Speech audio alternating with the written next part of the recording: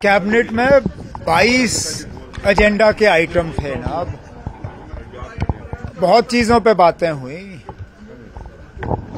द्वारका में नया कश्मीर हाउस बने, उस पे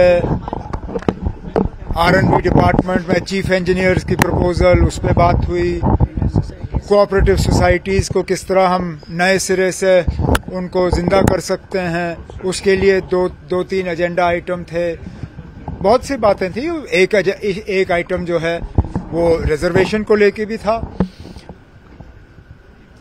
अब कैबिनेट मीटिंग की मिनट्स साइन करने और उन्हें ऑनरेबल LG साहब के पास भेजने से पहले मैं उन पे यहां तबसरा करूं, गलत होगा। मैं सिर्फ इतना ही कहूंगा कि कोशिश की गई है, जिस तरह हमने लोगों के साथ वादा किया है कि हम इसको थोड़ा सा रैशनलाइज करें। कोशिश ये भी की गई है कि कहीं पे किसी के साथ नाइंसाफी ना हो। हमने वक्त इतना लगाया क्योंकि ये मुद्दा ऐसा है कि इसके साथ सियासत करना बहुत आसान है, और आपने देखा भी है। जो लोग कल तक हमें ताने दे रहे थे कि आप लोगों ने रिजर्वेशन पे कुछ नहीं किया, आज हमें धमकियां दे रहे हैं कि अगर ये हुआ तो हम एहतजाज शुरू करेंगे। कैबिनेट ने अपने तरफ से कोशिश की है कि एक ट्रांसपेरेंट और एक फेयर प्रोसेस जो है हम अडॉप्ट करें। अब मामला ऑनरेबल LG साहब के पास जाएगा। जब तक फाइल उनके पास नहीं पहुंचती तब तक इससे ज्यादा मैं इस पे कहूंगा नहीं। आप जो मानना चाहें आप मानिए ना। हमने इसमें इससे ज्यादा डिटेल्ड एक्सरसाइज हम नहीं कर सकते थे। हर इश्यू को देखा गया, एक बार से ज्यादा इस पे बहस हुई। ये शायद तीसरी या चौथी मर्तबा है कि मामला कैबिनेट के सामने आया।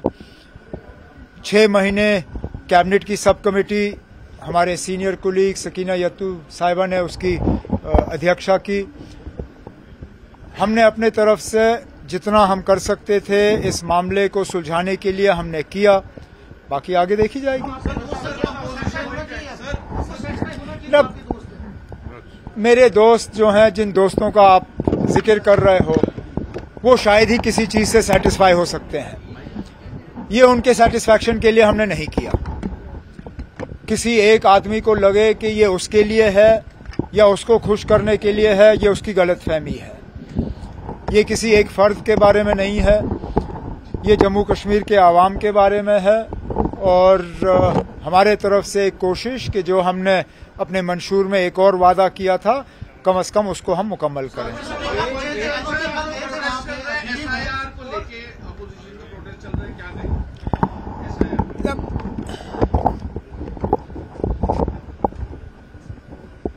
इलेक्शन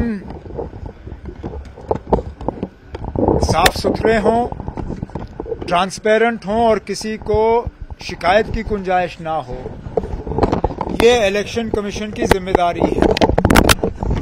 अगर SIR को लेके खदशात हैं तो इलेक्शन कमीशन को तमाम पॉलिटिकल पार्टीज को बुला के उन्हें समझाना चाहिए कि ये SIR है क्या चीज और इसमें खतरा नहीं है। क्योंकि मैं उन लोगों में से हूं, मैंने कभी मशीन की चोरी की बात नहीं की है।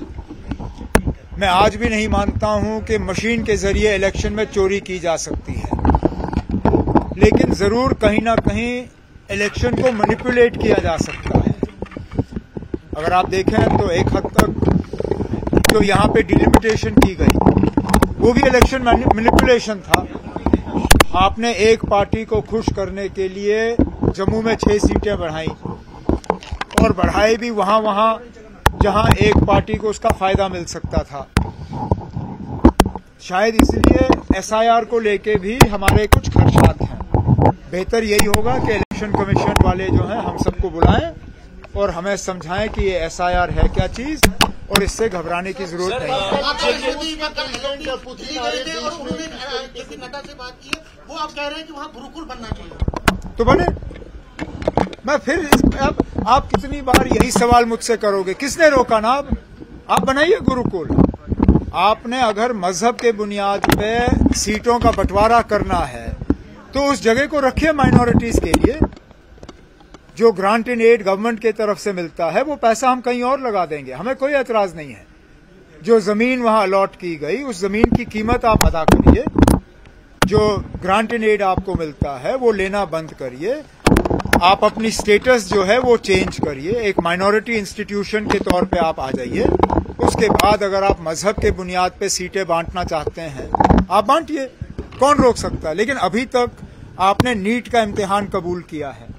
नीट के इम्तिहान में सिर्फ और सिर्फ जो है काबिलियत देखी जाती है, मेरिट देखा जाता है।